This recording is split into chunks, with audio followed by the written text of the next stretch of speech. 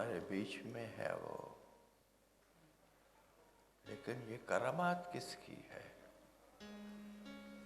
जानते हो?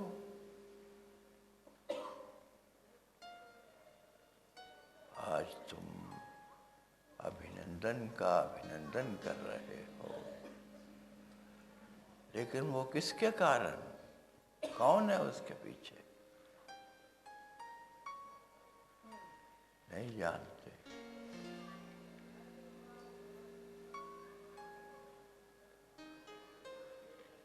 अशोक पंडित उठिए और सबको दर्शन दीजिए, सबको दर्शन दीजिए। ये एक इंसान है,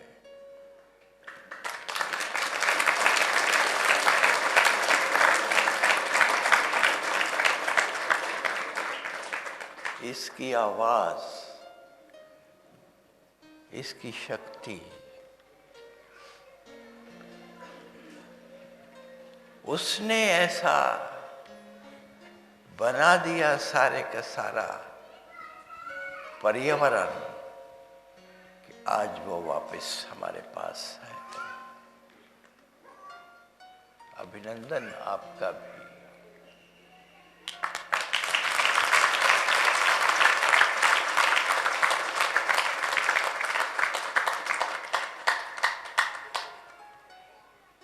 अभिनंदन उन सब का जिन्होंने उसके लिए दुआएं की, जिन्होंने उसके लिए दुआएं की और जिन्होंने उसके लिए प्रयत्न किया। गुरु माँ ने अपना सत्संग, अशोक पंडित जी ने अपना सत्संग इसी से शुरू किया।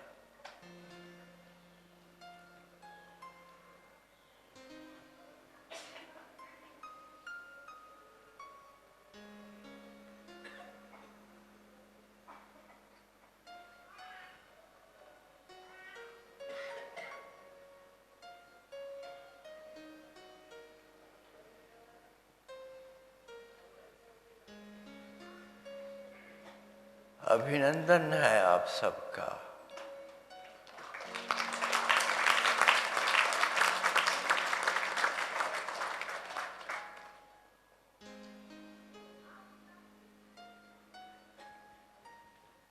तुमको देखा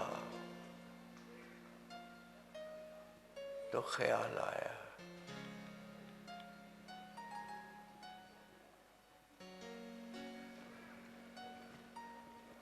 तुमको देखा तो ख्याल आया,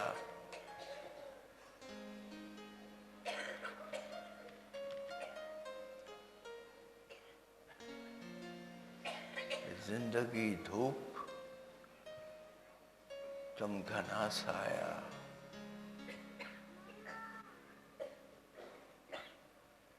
तुम कब देखोगे?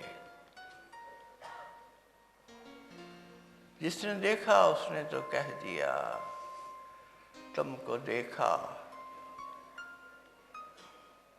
बस बात खत्म हो गई। सारा अध्यात्म इसी में समाया है। तुमको देखा,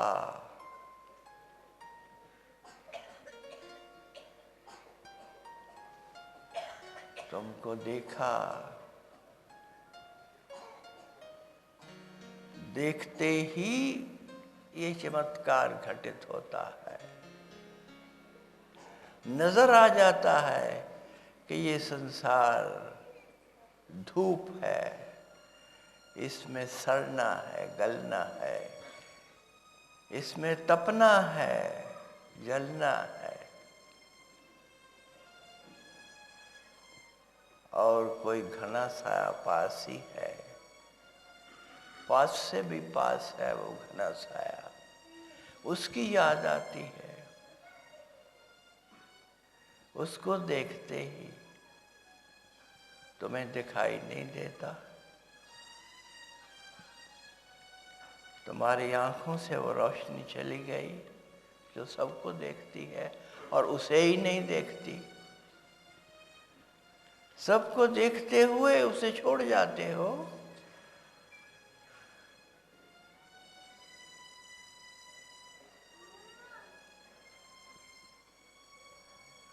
तुमको देखा,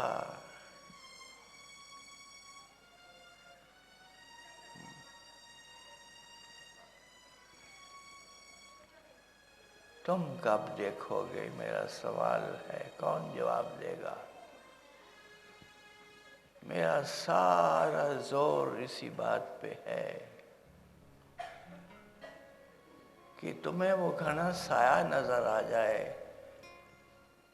तो तुम उस धूप में तपते न रहो, जलते न रहो, तुम तुरंत उस छाया में आ जाओ। वो पास ही है। इतना ही तो है, इतना ही तो है। तुमने इतना इसको जटिल बना दिया, इतना जटिल बना दिया कि सतगुरु की बुद्धि को भी घुमा दिया। वो भी सोच में बैठ गया कि वाकई इतना कठिन है, ये इतना कठिन है। साया पासी है और साया घना है, जो तुम्हारी सारी तपस, सारा तपन, सारी जलन मिटा सकता है पलों में। पलों में। आवाज तो सुनो, सुनो, कोई तुम्हें उस तरफ इशारा कर रहा है।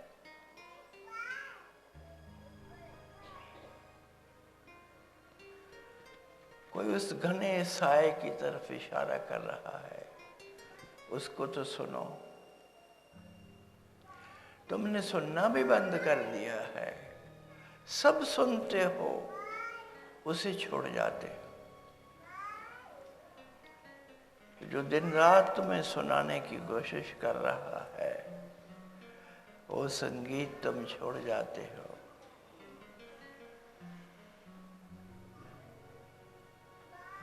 अभी यहां आकर के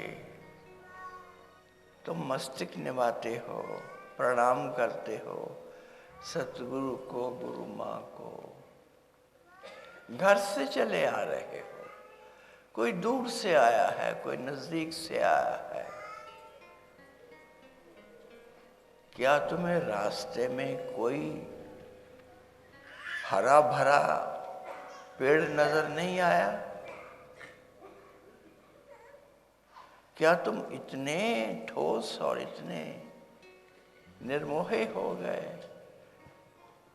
तुम इतने कड़े हो गए,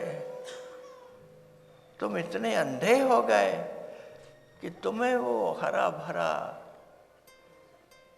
पेड़ भी जो पास में है, पास से भी पास है, वो तुम्हें दिखाई नहीं दिया, वो खड़ा रह गया। तुम चले आए, आंखें बंद, कान बंद, और यहाँ आकर के मस्तक निभाते हो। भगवान यहाँ है। मैं कहता हूँ तेरा भगवान वहीं था, वो जो छोड़ा है तुम पीछे। वो जिस पेड़ को, हरे भरे पेड़ को तुम छोड़ आए, तुमने हाथ भी ना हिलाए, तुमने गर्दन भी ना झुकाई, तुमने नमस्कार भी ना किया, और गर्दन अकड़ा के चले आ रहे हो, और यहाँ जोर जोर से बोल रहे हो।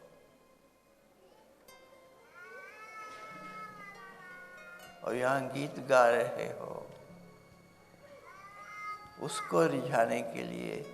किसको रिझाने के लिए? जो तुम्हारी राहों पे खड़ा, तुम्हारे इंतजार में, तुम्हारी राहों पे खड़ा था। तुमने दिखाई नहीं दिया, तुमने नहीं देखा। कब देखोगे?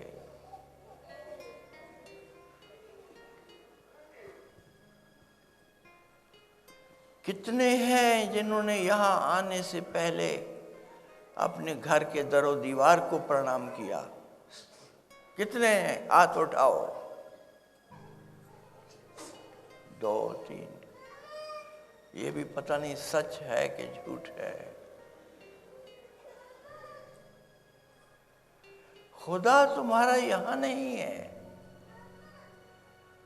जहाँ तुम थे थोड़ा सा मुड़ जाते, थोड़ा सा मुड़ जाते, तुम्हें नजर आ जाता कि खुदा तो यही है, पास चला आया मेरे, मैं कहाँ ढूंढने जा रहा हूँ। यहाँ अंदर आते हुए इस आश्रम में, वहाँ गेट के पास तुमने खिले हुए फूल नहीं देखे। लानत है इंसान पर अगर वो खिले हुए फूल भी नहीं देख पाया। और उनकी खुशबू, वो दिन रात खिले हैं, किसके लिए? तुम्हारी आंखें बंद हैं, तुम्हारे कान बंद हैं, तुम पत्थर हो गए हो, तुम्हें कुछ दिखाई नहीं देता। जिसको वो फूल दिखाई नहीं देता उसको कभी सतगुरु नहीं दिखाई दे सकता, उसको कभी कोई परमात्मा, कोई खुदा नजर नहीं आ सकता। वो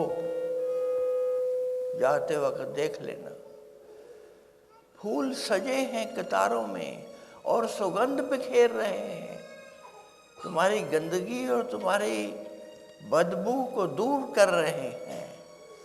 तुम्हारे पास धन्य का स्वर भी नहीं है, तुमने ऐसे भी ना किया,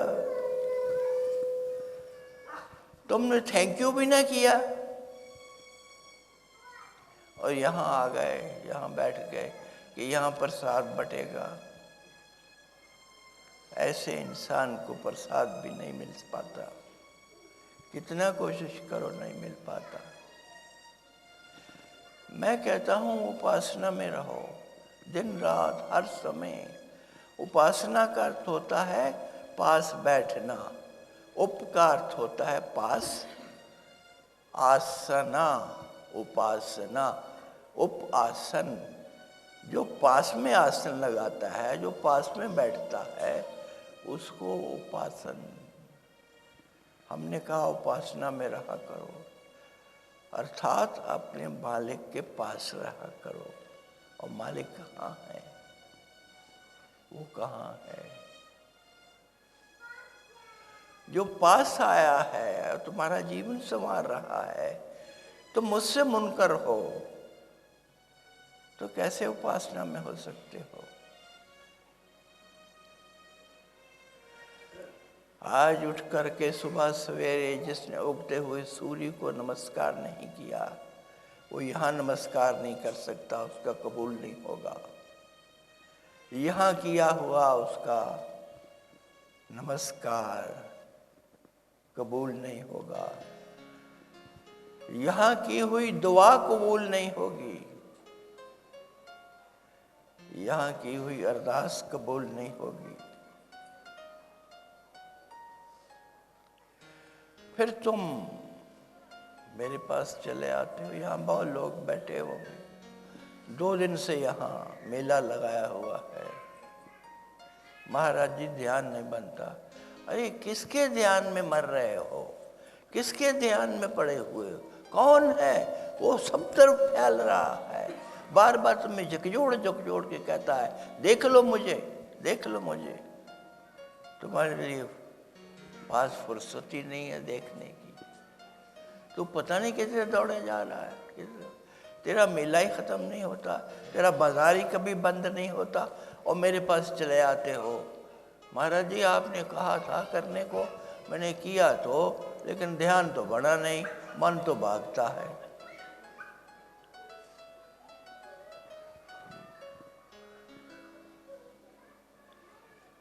और मैं आखिर करके जब तंग आ जाता हूँ तुमसे, तो तुम्हें कहता हूँ अपने मन को मुझे दे दो, जाओ छुट्टी करो। जिससे तुम तंग हो वो मुझे दे दो, तुम वो भी नहीं कर पाते तो क्या होगा? पहला एक कदम नहीं उठा पाते। किस दुनिया में तुम जी रहे हो?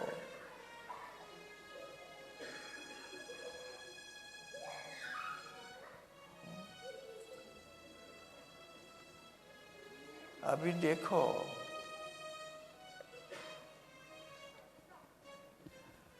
अभी देखो गुरु माँ ने क्या कहा,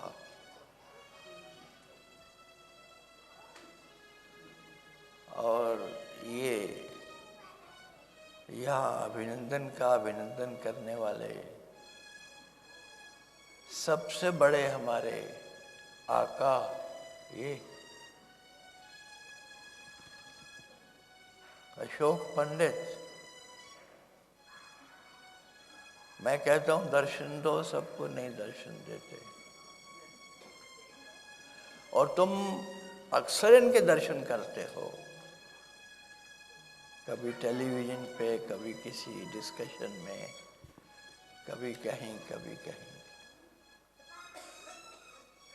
लेकिन यहाँ गुरु का हुक्म नहीं मानना, बाकी सब करना, लेकिन गुरु जो कहे उसके उलट करना। उन्होंने और अपना रुख बदल लिया, थोड़े से इधर थे वो उधर हो गए।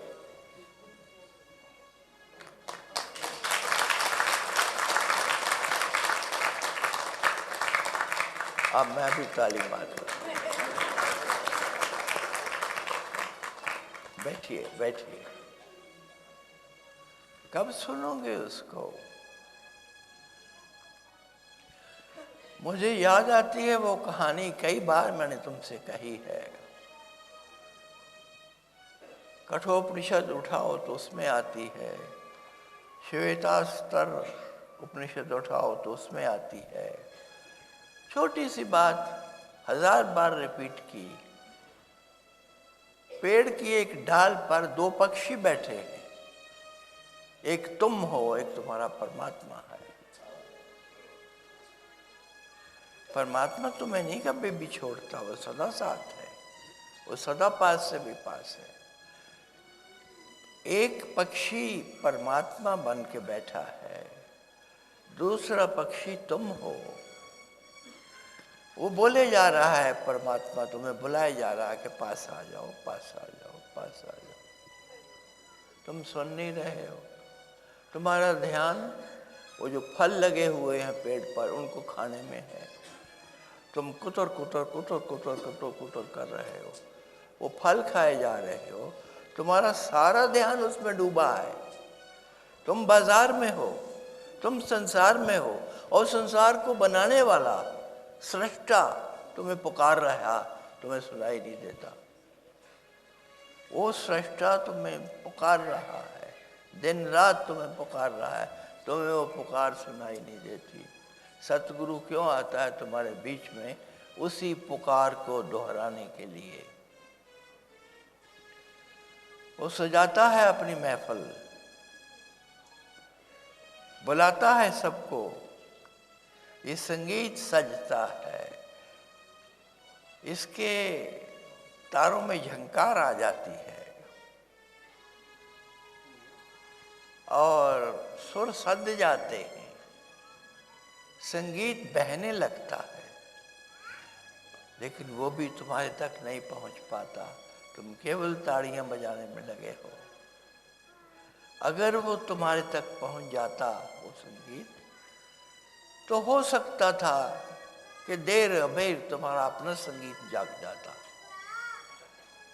तुम्हारे अपने सुर बजने लगते, भीतर की वीणा बज उठती। तुमने देखा वहां एक वीणा रख दो वहां दूर कोने में, और एक यहां बजाने लगो, वो सुर में होनी चाहिए।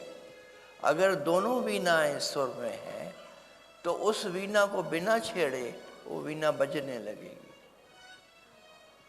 और सौर वातावरण संगीत से भर जाएगा। सतगुरु कुछ नहीं करता है, केवल उसकी वीणा बज रही है।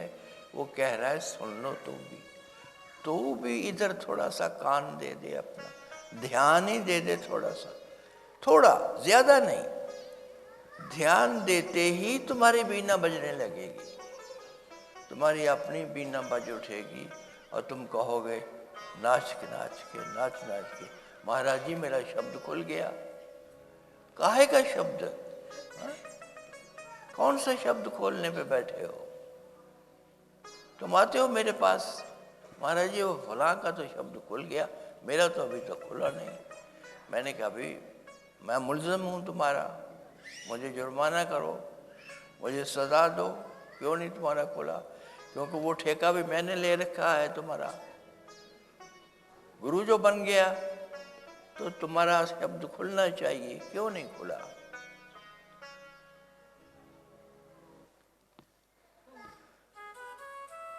तुमने वो आनंद जाना नहीं। वो आनंद अक्षुण्य है, अचिंत्य है, अग्राह्य है और वो अनंत है। उसका कोई अंत नहीं है, ना यहाँ अंत है, न वहाँ अंत है, न वहाँ अंत है। उसकी कोई सीमा नहीं। वो असीम है, वो सनातन है, वो सदा है। तुम डूबे नहीं उस आनंद में। इसलिए आज दुख है, आज पीड़ा है, आज दर्द है और तुम ढूंढ रहे हो दवाएं, तुम ढूंढ रहे हो दवाइयाँ, डॉक्टर, कोई मिल जाए मेरे दर्द को दूर करने के लिए। दर्द क्यों है? तुम्हारी बीना नहीं बज रही। बजती है तो वो कोई बेसुरा राग निकाल रही है, वो सुर में नहीं है। कोई उस वीणा को सुर में करने के लिए आता है तुम्हारे बीच में तो तुम मुंह मोड़ के बैठ जाते हो, तो मुंह दूसरी तरफ कर लेते हो। और वो तुमसे इतना ही कहने आता है कि देखो अपना मुख इधर कर लो, इधर मोड़ लो, इतना ही करना है। बार बार समझाता हूं कि पल भर भी नहीं लगता, तुम विमुख हो, सन्मुख हो जाओ, बस। कोई बड़ी तपस्या नहीं है।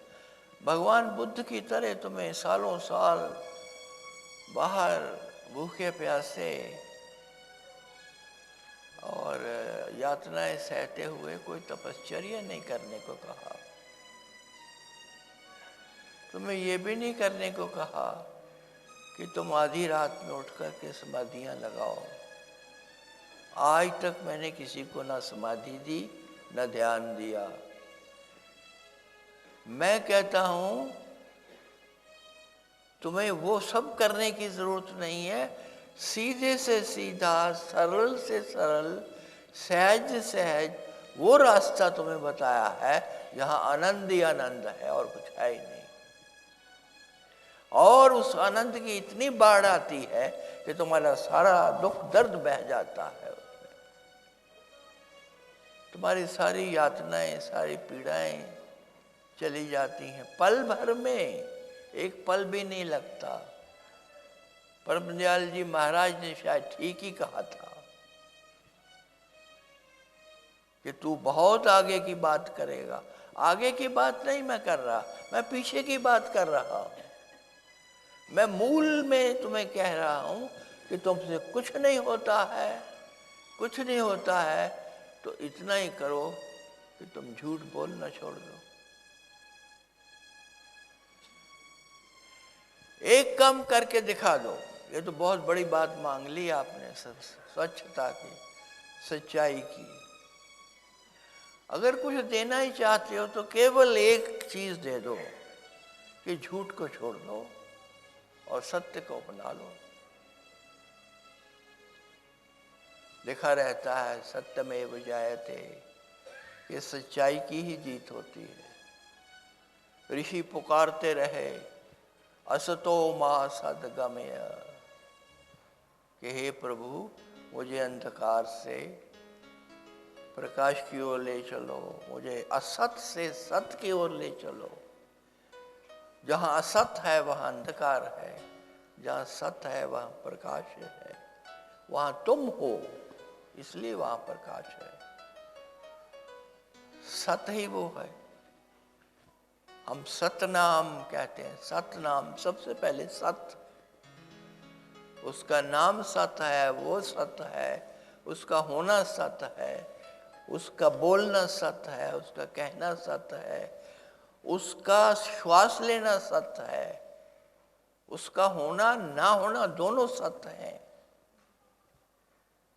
वो तो कितनी दूर चला गया सत्य से। मैं इतना ही कह रहा हूं कि झूठ मत बोलो। तुम अपने आप का ही काम खराब किए जा रहे हो, अपने ही पांव पे कुल्हाड़ी मारे जा रहे हो।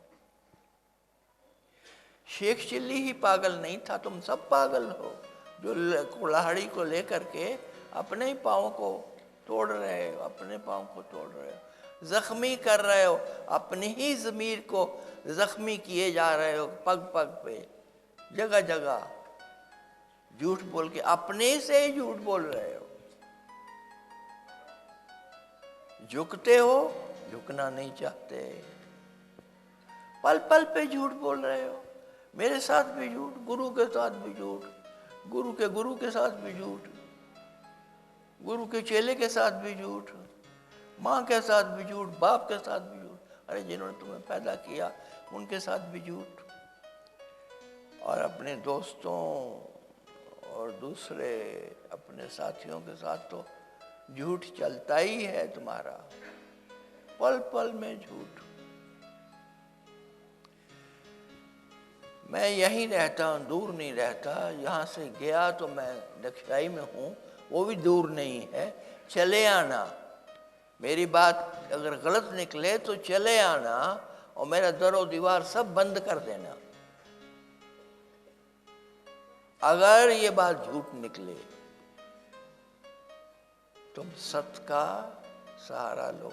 नहीं कर सकते भक्ति, नहीं कर सकते ध्यान, नहीं आता शब्द, नहीं आता प्रकाश, तुम परवाह क्यों करते हो?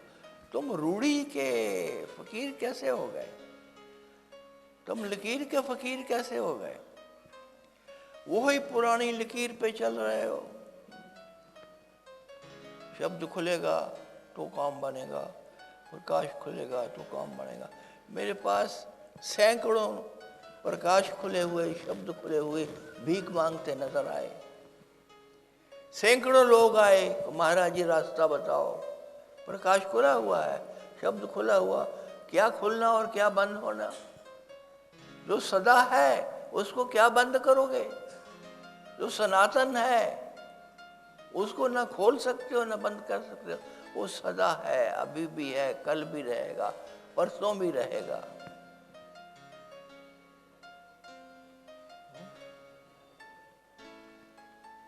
नहीं समझते, इस बात को भी नहीं समझते। मैंने कहा कुछ मत करो, तुम अपना जीवन संवारना चाहते हो। तुम क्या चाहते हो कि तुम जो भी करो उसमें तुम्हें कामयाबी मिले, हर बार तुम्हें कामयाबी मिले, ये चाहते हो। तुम क्या चाहते हो? तुम्हारी हर इच्छा पूरी हो। तुम क्या चाहते हो? तुम चाहते हो तुम्हें धन मिले। तुम क्या चाहते हो? तुम चाहते हो तुम्हें ज्ञान मिले, तुम ज्ञानी बन जाओ। कोई संत बनना चाहता है, यहाँ बैठे हैं संत बनने के लिए।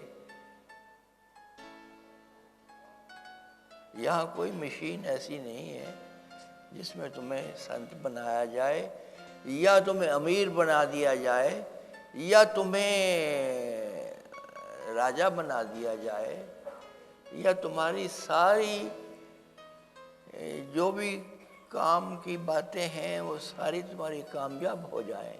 जो भी कृत्य हैं, जो भी कर्म है, सब में तुम्हें विजय मिले, तुम्हें सक्सेस मिले। ये कोई यहाँ जादू नहीं है, ना कोई जादूगर है, ना कोई जादू की मशीन है। पल पल पल पल लोग किस्से खत्म नहीं होते, आकर के चमत्कारों के गुणगान करते हैं। ये हमारे अशोक पंडित जी भी चमत्कार से शुरू करने लगे थे बात। मैंने कहा ये भी शायद कोई किस्सा खोलने लगे हैं, लेकिन इन्होंने तो बड़ी बात कर दी, इन्होंने तो बड़ा किस्सा खोल दिया। मैं भी फेल हो गया। हर आदमी जो मेरे पास आता है, गुरु माँ के पास आता है, पूछो इनसे, पूछो किसी से, वो एक ना एक चमत्कार लेके आता है। वो चमत्कार कौन घटता है, कौन घटाता है? वो उसको नहीं पता, हमें नहीं पता। घटता है, होता है। कौन है करने वाला? ना तुम्हें पता है, ना जिसको बता रहे हो उसको पता है। मैं कह रहा हूं कोई चमत्कार नहीं है जीवन में, ना चमत्कार घटित होते हैं। जीवन है, इसमें सब घटनाएं घटित होती हैं, वो जो तुम चाहो। यहां वो घटित होता है जिसकी तुमने इच्छा की है, तुमने चाहा है। अरे तुमने अच्छी तरह से चाहा ही नहीं। तुम कहते हो मेरी इच्छा है, तुमने इच्छा ही नहीं की। इच्छा की होती तो अधूरी रहती।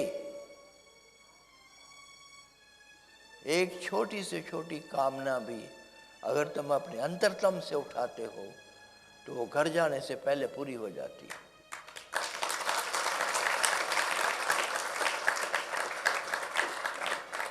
एक नहीं अनेक कामनाएं, एक नहीं अनेक इच्छाएं पल भर में पूरी होती हैं, लेकिन तुमने कभी इच्छा की नहीं, तुमने कामना की नहीं। जो भी करते हो ऊपर ऊपर से करते हो, ऊपर ऊपर से करते हो। किसी में तुम्हारा हृदय नहीं होता। मन तो खेल खेलता है। मन से की हुई कोई भी चीज कामयाब नहीं होती। हृदय की गहराइयों से, अंतरतम से जो भी तुम चाहते हो तुम्हें तुरंत मिलता है। और अगर नहीं मिलता तो उसका ध्यान करके कर लिया करो इच्छा, कामना, जिसको तुम समझते हो कि उस खुदा की दाद है, या उस खुदा की देन है, या उस खुदा की एक किरण है, कुछ कह लो उसको। जिसको तुम समझते हो कि उसका ध्यान करने से तुम्हें सक्सेस मिलती है, उसका ध्यान करके अपने अंतरतम से चाहो। तुमने चाहा नहीं कभी भी, तुमने अपने लिए मुसीबत चाही है। एक लंगड़ा के कल आ रहा था उधर से, मैंने कहा, कहता जी लंगड़ापन नहीं गया। मैंने कहा जाए कैसे, ये तो तुमने स्वयं मांगा है। रोने लगा। मांगते हो लंगड़ापन और आकर के कहते हो कि महाराज जी मुझे चलाओ, मुझे चलाओ, मुझे दौड़ाओ। ये दो उल्ट बातें कैसे हो सकती हैं? अरे जीवन सीधा सीधा है, बड़ा सरल है, बड़ा सहज है। इसको कॉम्प्लिकेट मत करो। अगर ये सच्चाई भी नहीं तुम अपने भीतर धार सकते, ये जैसे मैंने कहा कि सत्य का लड़ पकड़ लो और असत को सदा सदा के लिए छोड़ दो, उसका अर्थ ये होता है कि वाचा कर्मणा मनसा, वचन से, कर्म से, मन से भी तुम गलत नहीं सोचो, झूठ नहीं सोचो। जो असत है, जो झूठ है, वो तुम नहीं सोचोगे, उसकी भावना भी नहीं करोगे, तब तुम सच्चे हो। अगर ये नहीं होता, कई लोग आकर बताते हैं महाराज जी वो तो बड़ा कठिन है, हमने तो 3-4 दिन चलाया, उसके बाद चला नहीं पाते। ये चलाने की बात नहीं है, ये तो अपने आप होना चाहिए। एक फूल खिला है, खिलना इसका धर्म है। तुम आए हो इस दुनिया में, झूठ कैसे बोलते हो? क्या बैठा है तुम्हारे अंदर? तुम्हारे अंदर तो खुदा बैठा है, परमात्मा बैठा है, भगवान बैठा है। तुम झूठ कैसे बोल सकते हो? तुम्हारे अंदर से जो निकलेगा सत्य निकलेगा। तुमने उल्टा कर दिया, तुमने स्वयं अपने आप को दबा दिया। ये फूल खिला हुआ था, इसने अपने आप को स्वयं नीचे दबा दिया ताकि ये बाहर ही ना आए, खिले ही ना ये तुमने अपने साथ किया है। कली खिलने को है, लेकिन तुमने उसको मसल दिया, स्वयं इंसान ने मसल दिया। अब कहता जी फूल खिला नहीं मेरा। तेरा फूल कैसे खिलेगा?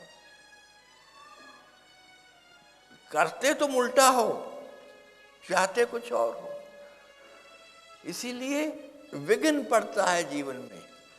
किसी के भी जीवन में असफलता कभी भी नहीं होनी चाहिए। अगर होती है तो कसूरवार कोई और नहीं है, तुम स्वयं हो। इसलिए कभी शिकायत लेके मत आया करो, कभी मेरे पास शिकायत लेके मत आया करो। मैंने वो किस्सा बताया था ना भगवान राम का, तुम राम को मानते हो, रामायण को पढ़ते हो, भगवान राम के मंदिर जितने इस दुनिया में हैं उसने शायद ही किसी और देवी देवता के होंगे। तो राम राम राम राम करते हो, जो कुछ नहीं जानता राम राम जी राम राम राम राम करते हो। उस खुदा का नाम लेते हो। और मैंने तुम्हें यही कहा, मैंने कहा कभी समझा तुमने राम कौन था? क्यों नमस्कार करते हो? क्यों उसके मंदिर बना दिए तुमने? क्यों जाके अंदर झुकते हो? क्यों प्रार्थना करते हो? राम का जीवन देखा जाए तो बड़ा असफल था। भगवान राम का अपना जीवन अगर तुम देखो तो तुम दुख से भर जाओगे, क्योंकि उसमें सिवाय दर्द के और कुछ नहीं है। दुखी है सारी कहानी। बचपन से लेके भेज दिए गए राक्षसों से लड़ने के लिए, वही उनकी ट्रेनिंग थी। मरते रहे, मारते रहे, करते रहे, और वापस आते हैं तो वनवास भेज दिया जाता है। जाओ, जिसने राजा बनना है उसको वनों में भेज दिया कि जाओ काटो जाके, 1 नहीं 14 साल। और वापस आते हैं तो फिर जुदाई। अपनी ही धर्मपत्नी को, जिसको ठीक से देख लिया गया, परीक्षा हो चुकी है, उसको छोड़ दिया। वो भी गई, खुद भी चले गए जल्दी। ये जो कहानी है तुम्हारे राम की, जो पग पग पे, कदम कदम पे जिसका नाम लेते हो, उसकी कहानी को देखो तो उस कहानी में सिवाय असफलता के, सिवाय दुख के और कुछ नहीं है। फिर भी तुम उसको नमस्कार करते हो, उसके सिवा और कोई तुम्हें नजर नहीं आता। राम राम राम राम। कबीर साहब ने जब पहला शब्द बोला तो राम राम, और रामानंद का पैर लग गया था, सीढ़ी पर लेटे हुए थे, तो एकदम उन्होंने, रामानंद ने कहा राम राम, उसने मैं कह दिया कबीर ने राम राम राम राम, बस वो नाम मिल गया उनको। कभी सोचा तुमने राम बनना असंभव है, असंभव है इंसान के लिए। हालांकि मैंने तुमसे कहा कि कोई भी चीज ठीक नहीं हुई उनके जीवन में, लेकिन देखो बचपन में ही उनको भेज दिया गया कुल्हाड़ा और तीर कमान दे के वहां पर जंगलों में। उन्होंने पूछा नहीं, अपने पिता से पूछा नहीं कितनी देर के लिए भेज रहे हो, कब आऊंगा लौट के, कितने साल के लिए भेजा है, और मैं तुम्हें नाम दान देता हूं तो तुम मुसीबत बोलते हो महाराज जी कब होगा।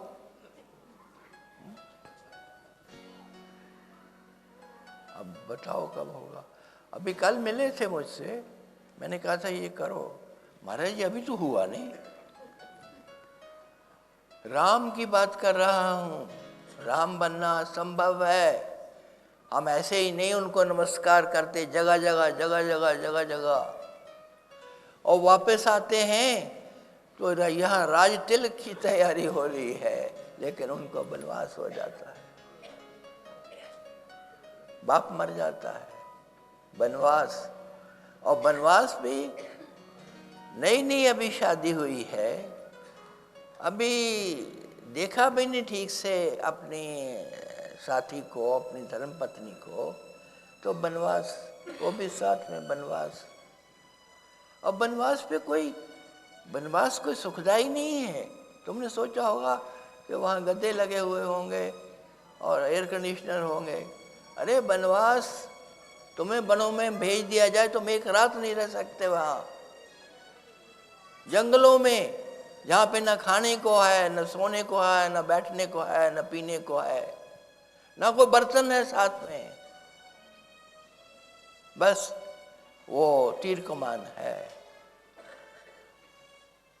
जाओ, निकल जाओ। वस्त्र भी उतार दिए, जो आभूषण थे वो भी उतार दो। राम ने उफ तक ना किया। वो कहाँ जाता शिकायत करने? उसने किसी से शिकायत की कि मेरे साथ बहुत बुरा हो रहा है, मैंने क्या कसूर किया? तुम यहाँ रोज शिकायत लेके खड़े हो। महाराज जी, मैंने तो कोई पाप नहीं किया, मेरे साथ ये हो रहा है, मेरे साथ वो हो रहा है। तेरे साथ वाकई बहुत बुरा हो रहा है, वो बहुत खतरनाक है, उसको गालियां दो क्योंकि उसने तेरे साथ बहुत बुरा किया। यहाँ राम है, यहाँ राम है, राज तिलक की तैयारी है, और सब छोड़ के एक वचन पे, अपनी माँ के एक वचन पे, अपने बाप के एक वचन पे, उसने ये नहीं पूछा, उसने ये नहीं पूछा कि क्यों, मेरा कसूर क्या है, मुझे तो राज तिलक होना है, मैंने तो बादशाह बनना है, मेरा हक तो बादशाह के लिए है। आज तुम 2 गज जमीन के लिए अपने भाई से लड़ते हो, कोर्टें कचहरियां चलती हैं तुम्हारे कारण, उनमें सब जो चल रहा है वो इंसान के कारण। 2 गज जमीन के लिए तुम एक दूसरे का गला काटने को तैयार बैठे हो, और यहां सारा साम्राज्य, सारी किंगडम छोड़ के आदमी जा रहा है, किसके कहने पर और क्यों? न पूछा क्यों, मेरा कसूर क्या है, ये भी नहीं पूछा। पिताश्री, मुझे मेरा दोष तो बता दो ताकि मैं ठीक कर लूं। तुम तो ऐसे ही बोलते हो कि मैं दोष अपना ठीक कर सकूं। माँ से पूछ लो, माँ भी वो है जो अपनी नहीं है, जिससे पैदा नहीं हुए हो। माँ भी सौतेली है, लेकिन उससे जरूरी है बात करना, जो उसका हुक्म होगा वही होगा। और फिर जब कह दिया चले जाओ, तो फिर कैसे चले जाते बिना प्रणाम किए अपनी माँ को? तो उसके लिए भी इजाज़त मांगते हैं। सबसे पहले सौतेली माँ के चरण छूते हैं जाके, किसी से शिकायत नहीं, किसी से मदद नहीं, किसी से आराधना नहीं। वो जंगलों में चले गए हैं, और वहां की कठिनाई कभी देखी तुमने? जंगलों में रहे हो? मैं सिर्फ 6 महीने रहा हूं। ये जो ऊपर पिंडारी ग्लेशियर के ऊपर, वहां तो तुम जा भी नहीं सकते, यहाँ जाना भी मुश्किल है। आजकल तो वो कम से कम 50 फीट बर्फ के नीचे दबा हुआ होगा। वहाँ जहाँ हमारी गुफा थी, तो आदमी तो एक दिन नहीं रह सकता वहाँ, बिना रोटी के, बिना पानी के, बिना बर्तन के, और बिना किसी साधन के, बिना किसी सर्वेंट के। तुम्हें सर्वेंट्स चाहिए तुम्हारा थैला उठाने के लिए, वो थैला जो खाली है।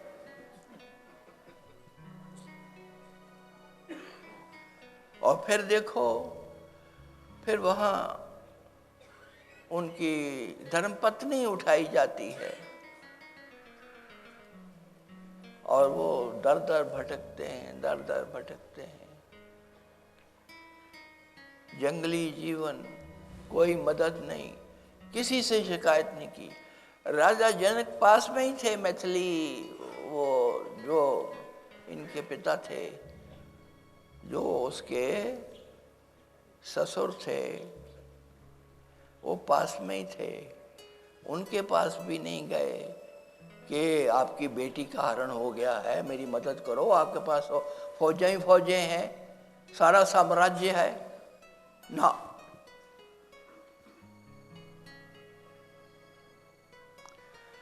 उसकी रक्षा का दायित्व तो मेरे ऊपर है। मैं जाऊंगा और नंगे पैर उस जंगल में कैसे रहा होगा राम।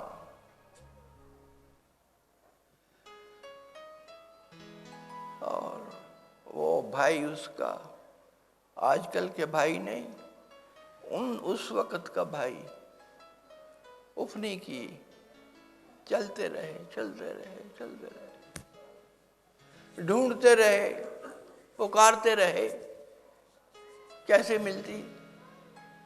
थोड़ा सा पता लगा तो तमिल इलाके में वहाँ तमिल लोगों की फौज खड़ी कर ली, आर्मी खड़ी कर ली, युद्ध लड़ा, बिना किसी साधन के वो युद्ध लड़ा और विजय प्राप्त की। उसको वापस लेके आए अपनी धर्मपत्नी को, अपना धर्म निभाया, अपना धर्म निभाया, किसी से कोई बात नहीं। और लोगों ने कहा, लोग क्या, एक नहीं उंगली उठा दी कि ये इतने दिन रही है दूसरे आदमी के पास, रावण के पास, ये तो अब हमारी महारानी नहीं बन सकती। अयोध्या की महारानी कैसे बनेगी जिसके ऊपर ये लांछन है। उसकी अग्नि परीक्षा होती है, वो अग्नि परीक्षा से पास कर लेती है, फिर उसको साथ लेके आते हैं, आगे आते हैं, अभी 2 दिन भी नहीं बीतते तो फिर शिकायत उठती है कि नहीं, हमने तो अग्नि परीक्षा देखी नहीं, हमें क्या पता, वो तो पतिता है, वो हमारी रानी नहीं बन सकती। सीता को फिर से अग्नि परीक्षा देनी पड़ती है। राम के होंठों पर एक बार भी शिकायत नहीं, कोई उल्हाना नहीं, कोई शिकवा नहीं, कोई उनकी जबान से अपशब्द नहीं, सब आत्मसात किया। उसके बाद भी लोग कहाँ मानते हैं, लोग लोग ही हैं। तो उन्होंने समझा था कि लोक लाज से चलता है साम्राज्य। फिर से जाना पड़ा सीता को, वो कहानी सब पता है आपको, आप दिन रात पाठ करते हो रामायण का, उंगलियों पे आपको रटी हुई है। मैं आपसे एक ही सवाल करता हूं कि उस इंसान ने जिसने सिवाय मुसीबतों के जन्म से लेकर के मृत्यु तक, जिसने सिवाय मुसीबतों के और कुछ नहीं उठाया, तुम उसकी पूजा क्यों करते हो? तुम उसके आगे नतमस्तक क्यों होते हो? क्या बात है? कुछ तो है। यही बात है। वो आदमी टस से मस नहीं हुआ। समोहम सर्वभूतेषु न मे द्वेष्योऽस्ति न प्रियो, ये भजन्ति तु माम श्रद्धया अहं ततेषु चाप्यहम्। वो इंसान ना, बारिशें आई उसको भिगो न सके, सूर्य चमके उसको तपा न सके, ऐसा जीवन, इस जीवन के लिए हम नतमस्तक होते हैं। तुमने रामायण के पाठ तो शुरू कर दिए, रामायण के सबक एक भी जिंदगी में नहीं उतारा। ऐसे ही सत्संग में होता है, ऐसे ही सतगुरु के साथ होता है कि सतगुरु को मिलने तो आ जाते हो, 2 पैसे चढ़ा देते हो मंदिर में कि मंदिर में काम चल रहा है, कि चलो ये गरीब आदमी 2 पैसे दे जाओ इसको, तो दे देते हो। किसी ने 4 दे दिए, किसी ने 64 दे दिए, किसी ने 10 गुना दे दिए, जिसने 100 गुना दे दिए तो दे दिए, तो क्या दे दिया, किसका दिया, कहां से लिया, किसको दिया? पागल है इंसान। समझते हो, मैंने दिया, मैंने दिया। एक कुछ दे के गया पैसा, बार बार बार बार मेरे पास सेक्रेटरी साहब आते हैं, वो हनुमान सिंह जी, महाराज जी वो रसीद मांग रहा है, रसीद बुक आज चली गई है, वो चेकिंग के लिए अकाउंट्स में चेकिंग होती है, तो आज रसीद बुक गई हुई है, वो रसीद बुक मांगता अभी इसी समय। मैंने कहा रसीद बुक, रसीद तो देनी पड़ेगी उसको। वो कितना भी पैसा है, जब तक रसीद उसको मिल नहीं गई, बड़ी मुश्किल से रात को कहीं जा कर के मिली वो रसीद उसको, तब तक उसको चैन नहीं आया, क्योंकि मेरा पैसा है, मैंने लगाया है, मुझे रसीद मिलनी चाहिए, मेरी मोहर लगनी चाहिए। कुछ भी इंसान न देता है न दे सकता है। जो भी है तुम लेने आए हो, लूटने आए हो इस जगत से, और वो लुटाने वाला तैयार बैठा है, वो दिन रात लुटाता है, वो कहता है ये भी ले जाओ, ये भी ले जाओ, ये भी ले जाओ। तू रोना बंद कर दे, लेकिन तुम्हारा रोना बंद नहीं होता है, तुम्हारा चीखना चिल्लाना बंद नहीं होता ना। मैं उस इंसान की इंतजार में हूं जो मेरे पास आता है, 10 दिन मेरे पास यहाँ रुकता है, लेकिन एक भी डिमांड जिसकी नहीं है। मैं उसकी इंतजार में हूं कि एक भी डिमांड नहीं रखता अपनी, एक भी चीज नहीं मांगता है, और उसको सब मिल जाता है। उसको इतना मिलता है जिसकी उसने कभी तवक्को भी नहीं की थी। सीखो, कुछ जीवन से सीखो। जो कुछ नहीं मांगता है उसका घर बाहर सब भर जाता है, जो सोचा भी नहीं था उसने वो भी उसको मिल जाता है, और जो मांगता है वो मांगता ही बना रहता है, वो बेगर ही बना रहता है, भिखारी ही बना रहता है, कुछ नहीं मिलता उसको। ये है, कितनी बार बोल चुका मैं, कितनी बार कह चुका है इस बात को। तो आजमा के देख लो अपनी जिंदगी में, अगर सतगुरु पे इतबार नहीं है तो उसकी एक ही बात को कसौटी पे कस के देख लो, और अगर वो गलत निकले तो मत मानना। सारी जिंदगी पड़ी हुई है, अब तक तुमने कईयों के कहने नहीं मांगे माने हैं, आगे भी मत मानना, मत मानो। मैं तो कहता हूं मत मानो, मत मानो, लेकिन जिसको वो दर्द दिल से निकाल के देता है तुम्हें, उसको कम से कम आदर तो करो उसका कम से कम थोड़ा सम्मान तो दो उसको। देख लो, 10 दिन देख लो, 50 दिन देख लो। अब मैंने तुम्हें आज दिया, ये आज नहीं पहले 2 बार दे चुका हूँ, तो याद नहीं रहता है, मुझे याद है, लेकिन तुमने ये किया नहीं होगा, इसलिए फिर से दोहरा दिया कि केवल सत्य को जीवन में धारण कर लो, तुम्हें कुछ करना नहीं पड़ेगा, तुम्हें मोक्ष भी मिल जाएगा। मोक्ष के परे भी अगर कुछ है, परिनिर्वाण, वो भी तुम्हें मिल जाएगा। और बोलो क्या चाहिए? किस मोक्ष के पीछे तुम चले हुए हो, जिसके लिए एक टांग पे खड़े हो करके वहां जाके तपस्या कर रहे हो? बहुत यातनाएं की हमारे योगियों ने, सन्यासियों ने, अभी भी बहुत सारे लोग तपश्चर्या में लगे हुए हैं, कईयों के साथ मैं संपर्क में हूं, लेकिन मैं तुम्हें कह रहा हूं, गृहस्थी को कह रहा हूं, तुम्हारे लिए रास्ता और भी आसान है, सबसे आसान है। जो वहां पहाड़ों पर बैठ कर करके तपस्या कर रहे हैं, उनसे भी आसान रास्ता तुम्हें बता रहा हूं, और तुम नहीं, वो भी नहीं पकड़ते, तो भाई नमस्कार। आपको ही नमस्कार करूंगा, मैं किसको करूंगा जाके? मैं तो वैसे ही नमस्कार करता रहता हूं आपको। लेकिन मेरा मुश्किल ये है, मेरे मेरे दुख का कारण ये है कि मेरा नमस्कार तो हमारे चरणों तक पहुंचता नहीं। या तो तुम्हारे चरण बहुत नीचे चले गए हैं, या तू बहुत ऊंचा उठ गया है। दोनों बातें गलत हैं, दोनों बातें गलत हैं। ना तो अहंकार होना चाहिए इंसान के अंदर, वो मारता है जो उसकी रीढ़ की हड्डी ऊंची हो गई, और जो इतना गिर गया नीचे कि अब उसको बाजू नीचे करता हूँ तो पकड़ में भी नहीं आता, उसको उठाने में भी मुश्किल आती है। अब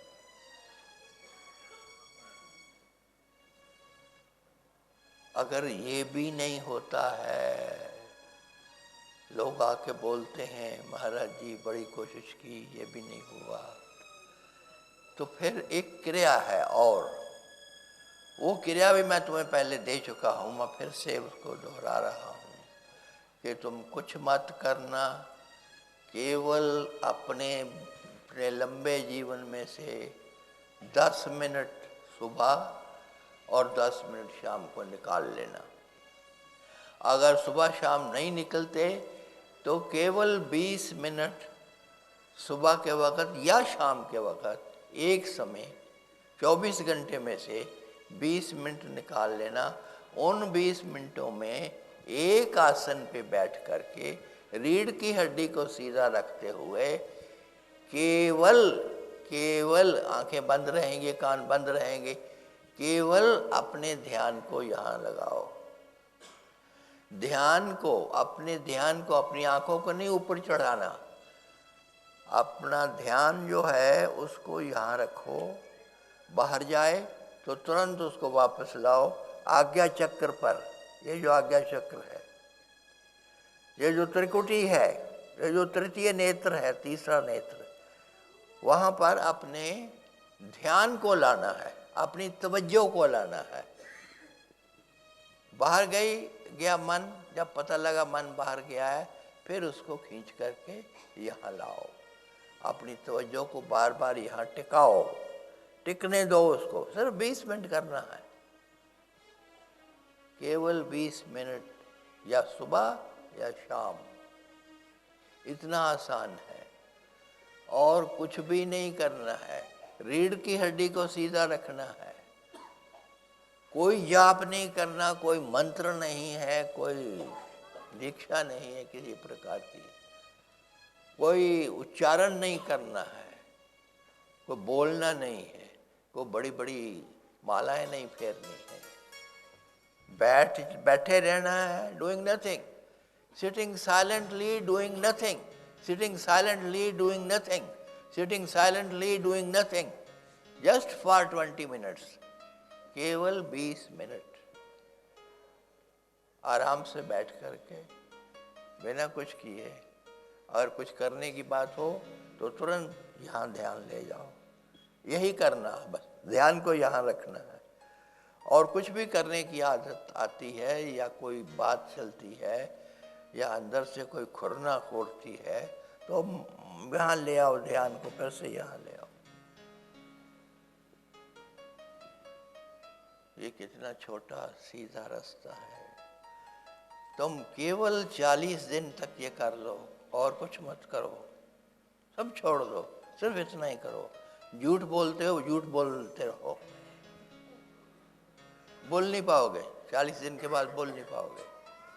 40 दिन सिर्फ इतना ही करना है। अगर ये ईमानदारी से, पूरी ईमानदारी से करोगे तो मैं तुम्हें यकीन दिलाता हूं कि तुम्हारा जीवन बदल जाएगा।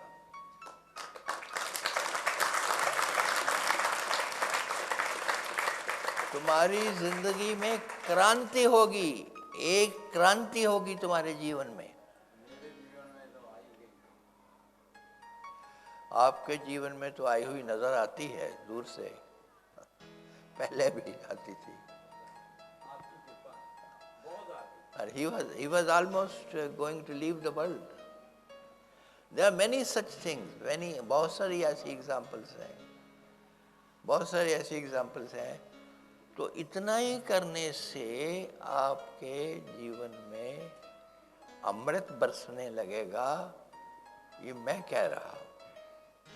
अब इसमें भी अगर आपका हो कि महाराज जी होता नहीं है, महाराज जी कोई और वक्त बता दो, उस वक्त तो मेरे बच्चे ने तैयार होना होता है। अरे मैंने टाइम दिया ही नहीं तुम्हें। मैं कहता हूं एक सुबह शाम कोई टाइम जो तुम्हें सूट करता है, इतनी छोटी सी एक क्रिया, क्योंकि तुम क्रिया में इंटरेस्ट रखते हो ना, क्रिया में तुम्हारी रुचि है कि कुछ करने को दो, कुछ करने को दो। एक आदमी बैठा रहा, मैंने कुछ नहीं कहा ना कुछ करने को दिया। महाराज जी आपने तो कुछ भी नहीं दिया। वो लोग पूछते हैं क्या करने गए थे सतगुरु के पास, और उसने तो दिया ही कुछ नहीं। उसने प्रसाद मिला, हाँ प्रसाद तो खाते हैं, वो तो मिलता है। तुम्हें लगता है कुछ भी नहीं दिया, कुछ भी नहीं किया, तुम्हें पता नहीं है। ये ज्ञान इतना सूक्ष्म है कि ये तुम्हें पता ही नहीं चलता कब तुम्हारे भीतर घुस जाता है, कब किस समय किस पल वो घटना घट जाए कि वो सारी वर्षा तुम्हारे ऊपर हो जाए, तुम्हें पता ही नहीं लगता। तुम धन्य हो जाते हो। सिवाय झुक जाने के और कुछ नहीं इंसान कर सकता। जितना कितना बोलते रहो, कितना कहते रहो, इन सब से कुछ नहीं होता है। वो आनंद ऐसा है, उसके उतरते ही एक बगिया ही नहीं, बहुत सारी बगियाएं तुम्हारे आसपास खिल उठती हैं, महक उठती हैं, और तुम कहते हो कहाँ गए, कहाँ गया वो जीवन की बदबू जिसमें तुम जिंदा थे, जिसको तुम अच्छा समझते थे, जिसमें जी रहे थे, वो कहाँ गई? सब निर्धारित हो गई, क्योंकि तुमने केवल एक काम किया। इससे ऐसा आनंद उतरेगा, ऐसी खुमारी उतरेगी तुम्हारे ऊपर कि तुम पैर अपना जीवन पे टिकाने के इसके ऊपर धरती पे टिकाने के लिए तुम्हें कोशिश करनी पड़ेगी। तुम उड़ने लगोगे हवा में और तुम कहोगे मुझे क्या हो गया। ऐसे हैं 2-3 खत आए थे, उन्होंने कहा महाराज जी हमें क्या हुआ, हमारे पाँव धरती पे नहीं पड़ते हैं। तो मैंने कहा उड़ो फिर, धरती पे नहीं पड़ते कहीं तो पड़ते होंगे, हवा में पड़ते हैं तो हवा में चलो। इंसान सब कुछ कर सकता है, आधा अधूरा जीना पाप है, आधा अधूरा जीना भयंकर पाप है। इंसान पूरा जी सकता है और ऐसे जी सकता है कि सारी दुनिया देखे कि ये जीवन भी होता है, ऐसा जीवन भी होता है, खिले हुए, हमेशा खिले हुए, रोगों और शोकों से सदा सदा के लिए मुक्त। ये नहीं कि शरीर को रोग नहीं आएगा, ये मत सोचना, ऐसे भ्रम में मत पड़ जाना, क्योंकि वो तो फिर वो परमात्मा के हुक्म की अदूली होगी। उसका हुक्म नहीं फिर तुमने माना। उसका हुक्म तो है कि पत्ता जब पीला पड़ेगा, झड़ेगा, गिर जाएगा, मिट जाएगा। हर शरीर का ये हाल है। जो भी भौतिकता है, जो भी तुम्हें दिखाई दे रहा है आँखों से, सुनाई दे रहा है कानों से, और अपनी इंद्रियों से जो भी तुम ग्रहण कर रहे हो स्पर्श से या वैसे स्वाद लेके, वो सब जाएगा, उसने जाना ही है। इस आज से ही समझ लो, अभी से समझ लो कि उसको रोकने की कोशिश मत करना। उसको रोकने की कोशिश में ही तुम्हारा बिगाड़ होगा, उसके रोकने की कोशिश में ही जिंदगी खराब होगी, बीमारी आएगी, लाचारी आएगी, दुख आएगा। जिसका रुकना धर्म नहीं है उसको मत रोको, चलने दो उसको। बेहतर तो ये होगा कि तुम भी उसके साथ बहने लगो। बहो उसके साथ तो जीवन सरल हो जाता है, उसके विरोध में खड़े रहो तो जीवन नष्ट होगा।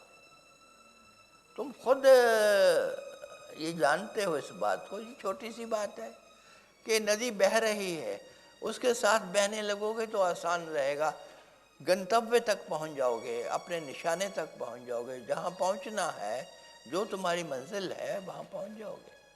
वो पानी का एक एक कतरा जिसकी मंजिल वो सागर है, ओशन है, वो वहां पर तक पहुंच जाता है, तुम भी पहुंच जाओगे। लेकिन जो ही तुमने विरोध में खड़ा हो गए, तुम विरोध में चलना शुरू कर दिया, तुम चल सकते हो, वो भी कर सकते हो तुम, तो टूटना निश्चित है, तो तुम टूटोगे, क्षीण होगे।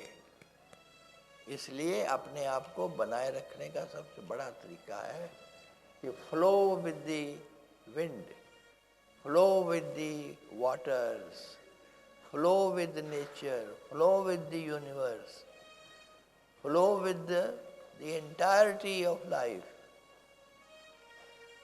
उसके साथ फ्लो को करो। विरोध जहां भी तुमने किया वहां तुम खटिया पे पड़ोगे, वहां बीमार पड़ोगे, मुसीबत आएगी। जहां तुम फ्लो के साथ हो गए वहां तुम्हारी सारी बीमारियां गिर गई, तुम्हारे सारे गम गिर गए, तुम्हारी सारी चिंताएं गिर गई।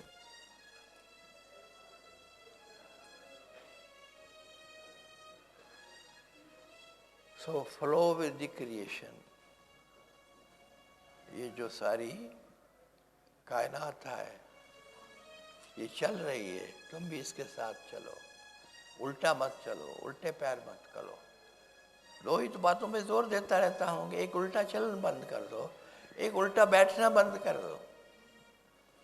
वो सामने है तुम्हारे, तुम पीठ करके बैठ जाते हो, बस यही भूल हो रही है, और कोई भूल नहीं है। इतनी भूल में ही तुम्हारा जीवन दुखों से, कष्टों से भर जाता है।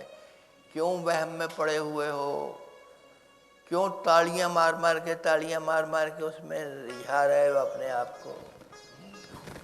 ये तालियां बंद करके और आवाज़ सुनने की कोशिश करो। वैसे तालियां मारना तो बहुत अच्छी बात है, आप तालियां मरवाते हो।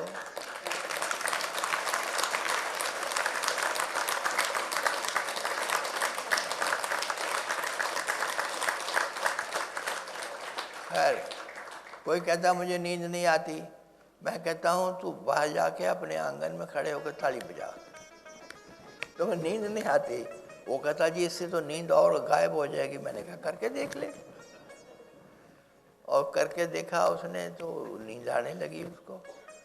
5 मिनट में 6 मिनट में ही जाके सोने लगा, और सुबह उठता सूर्य निकलने के बाद, और हैरान इस बात पे कि ये तो वर्जिश है, ये तो एक्सरसाइज है, और ये एक्सरसाइज करने से फिर मुझे नींद क्यों आती है। तो और चेतनता आनी चाहिए, और चैतन्यता आनी चाहिए, इंसान को और जाग जाना चाहिए।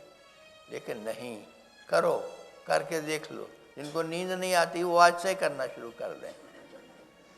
और वैसे बता दूं, एक केवल नींद की ही बात नहीं है, तुम्हारे 80% दुख चले जाएंगे। और बोलो,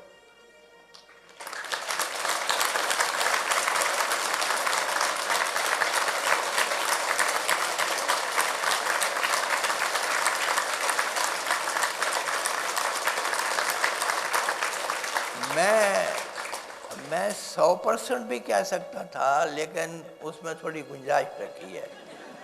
कुछ और चीज़ें हैं। इंसान बड़ा चालाक है, बहुत कारनामे करता है, बहुत आगे है, सबसे आगे है, परमात्मा से भी आगे है। इसलिए मैं उसका ध्यान करके, उस इंसान का ध्यान करके सोचता हूँ कि नहीं, 100% नहीं, 80% का यकीन है। 80% पत्थर पे लकीर है। 80% तुम्हारे दुख चले जाएंगे, और तुम्हें चाहिए क्या।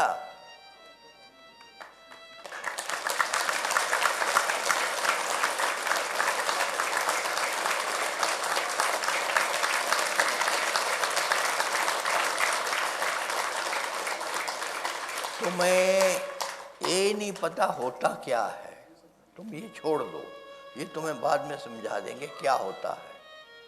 तुम केवल ताली बजाओ, तुम्हें पता नहीं है कि उन तालियों की जो रेडिएशंस है उनके भीतर कौन सी वो ब्रह्मांडी शक्ति आकर के विराजमान हो जाती है और तुम्हारी रगों में दौड़ने लगती है।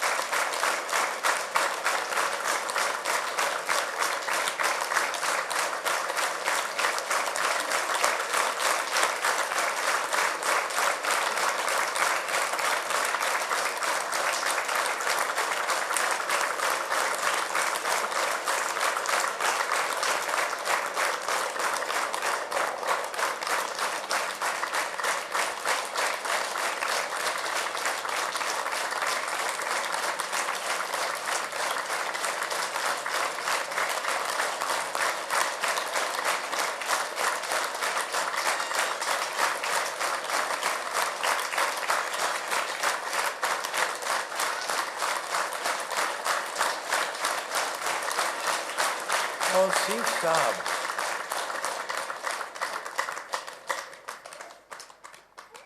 तौसीफ साहब, आपकी ऊंची उड़ान आपके अपने कारण है, उसके लिए किसी को दूसरे को श्रेय मत दो। यू डिजर्व इट, और आपके अपने कारण है,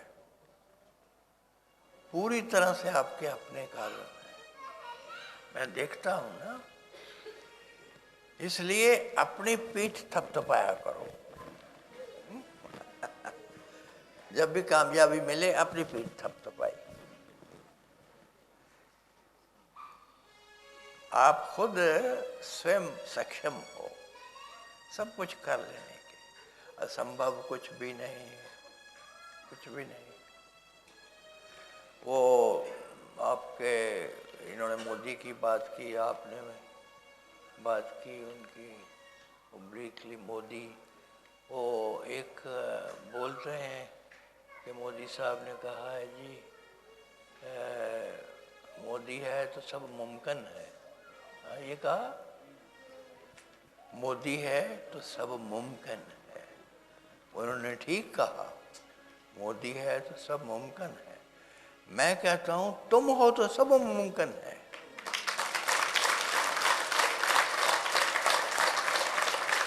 इंसान को पता नहीं है उसमें कितनी ताकत है। दरअसल मोदी साहब भी ज्ञानी हैं, उनको पता है जब वो ये कह रहे हैं कि मोदी है तो सब मुमकिन है, उनके कहने का अर्थ यही है कि तुम हो तो सब मुमकिन है, तुम हो तो सब मुमकिन है, तुम हो तो सब मुमकिन है, तुम हो तो कुछ भी नहीं है, तुम हो तो कुछ भी नहीं।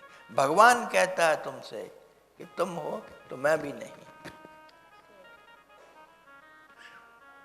और वो सच में ठीक कहता है। मैंने सुना है उसे ये कहते हुए कि तुम नहीं हो तो मैं भी नहीं हूं। तुम हो तो सब मुमकिन है। तो फिर जब सब मुमकिन है तो कुछ भी असंभव न रहा, कुछ भी संभव न रहा, सब पा सकते हो। पाना क्या है, बिन पाए सब मिल जाता है जहाँ। ये वो द्वार है जहाँ बिन पाए सब मिल जाता है, बिन मांगे सब मिल जाता है। तो फिर जरूरत क्या है तुम्हें?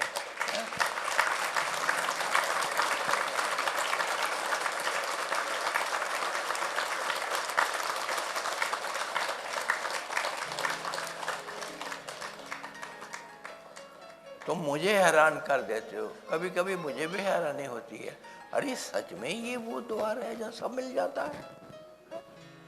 और मुझे अब यकीन हो गया कि ये वो द्वार है जहाँ सब मिल जाता है।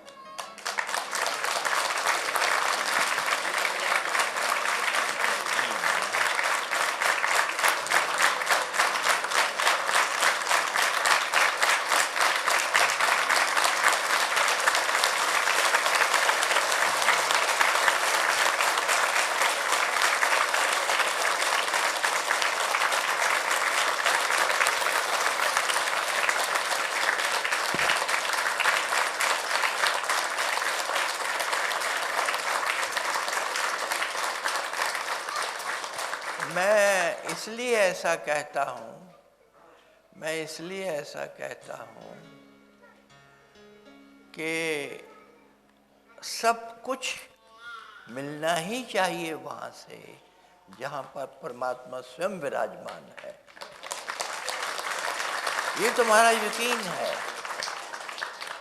और तुम अपने यकीन को तोड़ो तो दूसरी बात है। परमात्मा यहाँ है, मौजूद है, कण कण में मौजूद है। जब मैं उसे देख सकता हूँ तो तू क्यों नहीं देख सकता? सबको मेरा आशीर्वाद।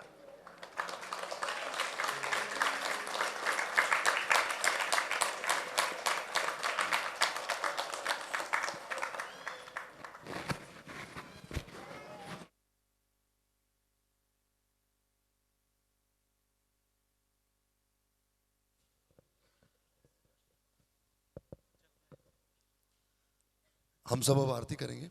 मैं नीरजा से रिक्वेस्ट करूंगा कि आरती शुरू करें, और इसके बाद पिताजी और गुरु माँ अपने कक्ष में जाएंगे। कोई 1-to-1 दर्शन नहीं होंगे आज, कल सुबह और फिर कल शाम को भजन संध्या, ऐसा प्रोग्राम है। नीचे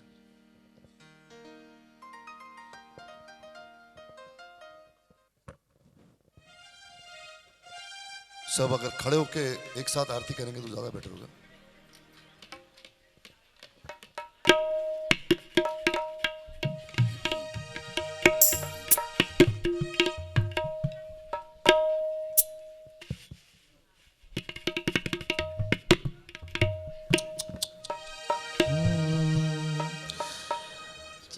चरण शरण की वंदना, नित कोई और न था।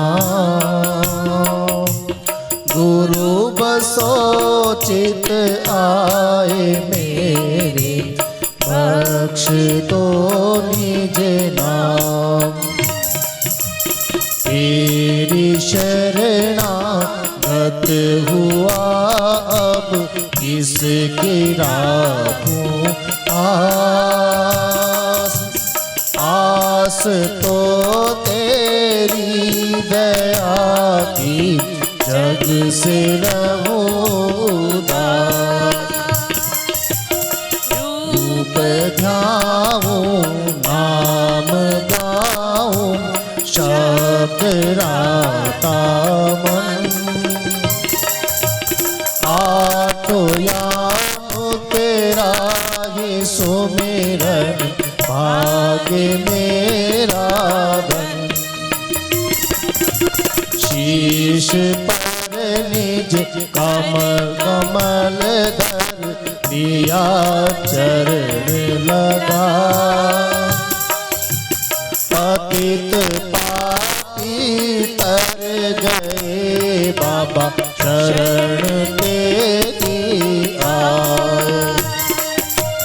मुक्ति की नहीं चाह मन में, भक्ति प्यारी राधा स्वामी की दया से भाग्य पूर्ण जा।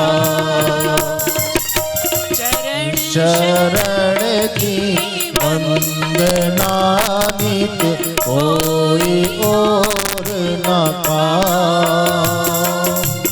गुरु बसोचित आए मेरे बख्श दो निज नाम। दाता बख्श दो निज नाम। दाता बख्श दो निज नाम। बोलो सद्गुरु भगवान की, बोल गुरु मैया की, आज के आनंद की।